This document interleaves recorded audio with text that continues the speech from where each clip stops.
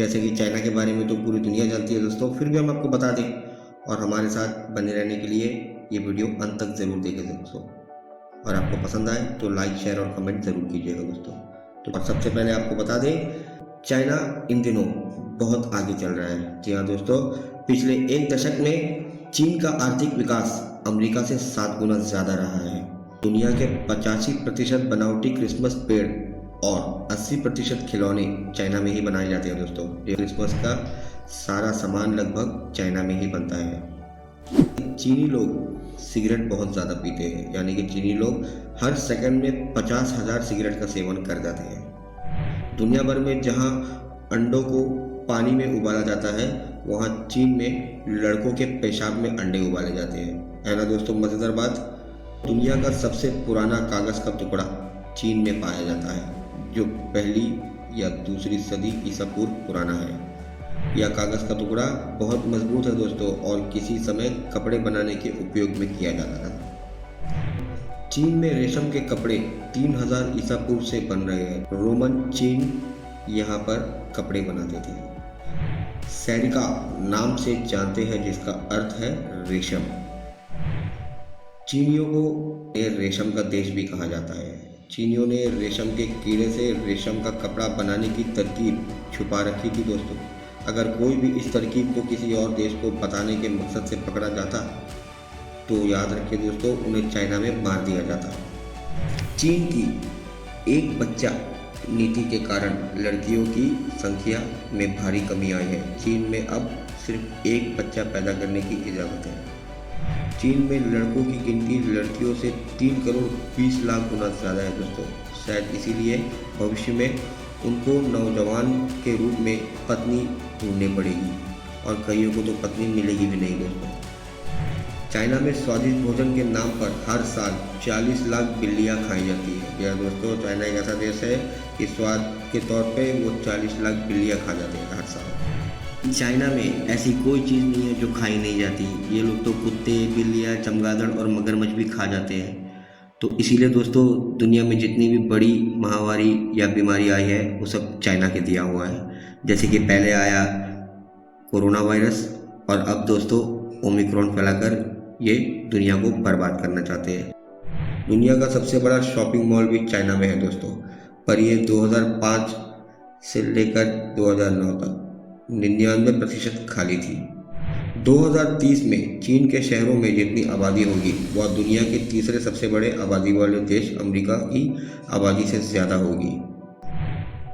Italy में ईसाई धर्म का जन्म हुआ है, फिर भी चीन में 5 करोड़ 40 लाख ईसाई रहते हैं और इटली में केवल 4 करोड़ 74 लाख। है ना दोस्तों आश्चर्य वाली बात।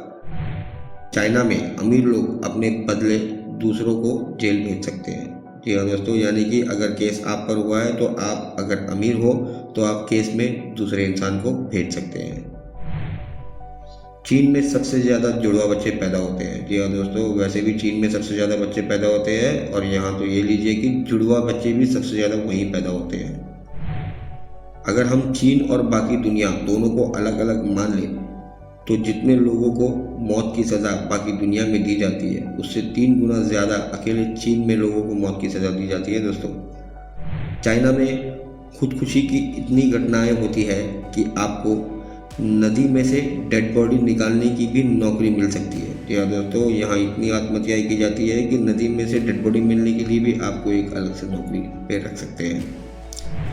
चीन की भाषा चीनी या मंडारिन दुनिया में सबसे ज़्यादा बोली जाने वाली मातृभाषा है।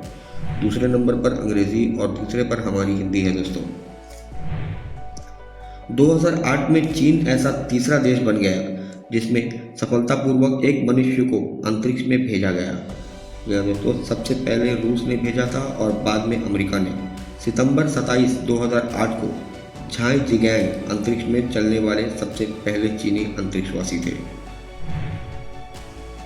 चीन की दीवार मानव द्वारा बनाई गई सबसे बड़ी चीज़ है जो कि अंतरिक्ष से भी दिखाई देती है। जी हाँ दोस्तों, आप सोच लीजिए, चीन की जो the great wall of China है, इसकी लंबाई 8,848 किलोमीटर है और ये अंतरिक्ष से भी दिखाई देती है। टॉयलेट पेपर की खोज 1300 ईस्वी में चीन में ही हुई थी, पर यह सिर्फ राजघराने के लोग ही इस्तेमाल कर पाते थे क्योंकि ये बहुत महंगा हुआ करता था। चीन में कागज़, कपास, बारूद और छापे खाने की खोज हुई। यह दोस्तों यानी कि छापने की मशीन भी पहले चीन में ही बनाई गई। चीनियों ने 3000 साल पहले पतंग की खोज की। वह पतंग की प्रयोग युद्ध में दुश्मन को डराने के लिए भी करते थे और मनोरंजन के लिए भी पतंग उड़ाए जाते थे। चीन के पश्चिम से पूर्व को इतने विस्तार के बावजूद भी इसमें भी भारत की तरह एक ही समय खंड है, यानी कि दोस्तों पूरे चीन का समय एक ही है। कई इतिहासकार यह मानते हैं कि फुटबॉल की खोज 1000 ईसा पूर्व में चीन में हुई थी। चीन में ज्यादातर लोगों का पसंदीदा शौक टिकटें इकट्ठी करना है। 103 ईस्वी में जे हिंग नामक खगोल शास्त्री और विद्वान ने एक ऐसे यंत्र की खोज की जो भूकंपों को माप सकता है, जिसे आज के ज़माने में रेक्टोमीटर कहते हैं दोस्तों। चीन के लोगों ने ही आइसक्रीम और नूडल्स जैसे पकवानों की खोज की थी। चीन के एक सरकारी कर्मचारी सुसोंग ने 1088 से 1092 में सबसे पहले एक मैकेनिकल घड़ी बनाई थी। यह दोस्तों यानी कि एक ही मैकेनिकल घड़ी 1088 से 1092 के बीच बनाई गई। साथ साथ तारों की स्थिति भी बताती थी ये घड़ी।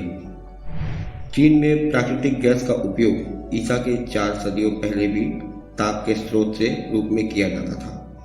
तीर कमान का उपयोग भी सबसे पहले चीन में ही हुआ था दोस्तों। जी हाँ दोस्तों, यानी कि धनुष और बाण तीर कमान का आविष्कार भी सबसे पहले चीनियों ने किया था। चीन के शंघाई शहर में लाल रंग की कार रखना गैर कानूनी है, यानी कि दोस्तों चीन के संविधान में लाल कलर की कार रखना गैर कानूनी है।